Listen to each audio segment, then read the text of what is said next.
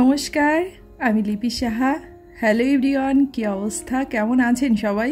আশা করছি খুব খুব ভালো আছেন সবাই। আমরাও ভালো আছি আপনাদের আশীর্বাদে, ঈশ্বরের কৃপায়। আর আপনারা যেখান থেকে আমার ভিডিওটা দেখছেন সবাইকে অনেক অনেক ওয়েলকাম আমার নতুন আরও একটা ভিডিওতে।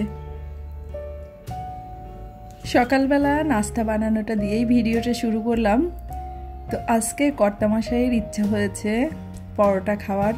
সে পরোটা খুব একটা বেশি পছন্দ করে না, তো আজকে বললো যে ডিম আর পরোটা করো, আজকে এটা দিয়েই নাস্তাটা করব। তো তার যখন ইচ্ছা হয়েছে তার ইচ্ছা অনুযায়ী আজকে নাস্তাটা বানিয়ে নিলাম। একটা কথা প্রচলিত আছে, কর্তার ইচ্ছাই কর্ম।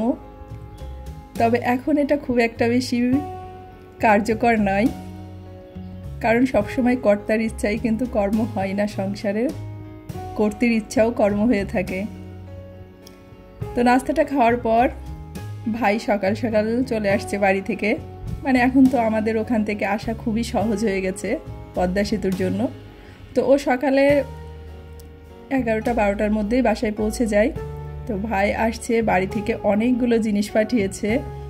তো এই যে আমার প্রিয় ডাটা, তার সাথে বাড়ি থেকে ভাজা মুড়ি পাঠিয়েছে, মানে বাড়িতে ভেজেই ভাজা মুড়িটা আর কি, যেটা খেতে কিন্তু অনেক সুস্বাদু হয় কেনা মুড়ির থেকে।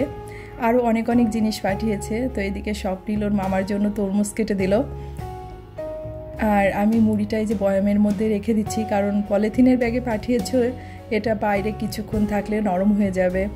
তারপর আমার মাসি আমার জন্য দুধ পাঠিয়েছে, ডাল পাঠিয়েছে, কারণ আমরা যখন আসছিলাম মাসি আর কি জানতো না যে আমরা চলে যাচ্ছি। তো আমি আসার পরে মাসি আর কি জেনেছে যে আমরা চলে আসছি, সে কারণে মাসি আর কি ভাইয়ের কাছে পাঠিয়ে দিয়েছে।